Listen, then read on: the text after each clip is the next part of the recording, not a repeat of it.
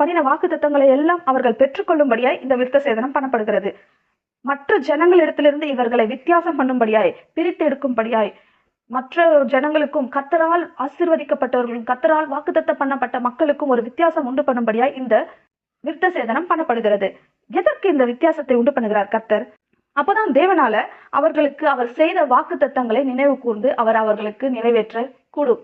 ஏன் கர்த்தர் அவர் சொன்ன வாக்குத்தத்தங்களை மறந்துடுவாரா? இல்ல, நிச்சயமா அவர் மறக்கிறவரே இல்ல. அவர் கொடுத்த வாக்குத்தத்தங்களை நிறைவேற்ற வல்லவரா இருக்கிறார். இந்த இடத்துல ஏன் அவரை நினைவு கூறணும்னா, இவர்கள் உடலில சுமந்து கொண்டிருக்கிற அந்த அடையாளம் அவங்களுக்கு நினைவு கூற வேண்டும்.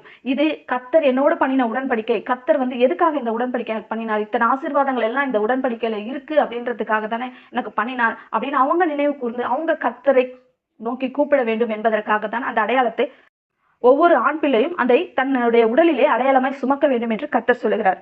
இந்த இடத்துல நுனித்தோலின் மாம்சத்தை விருத்த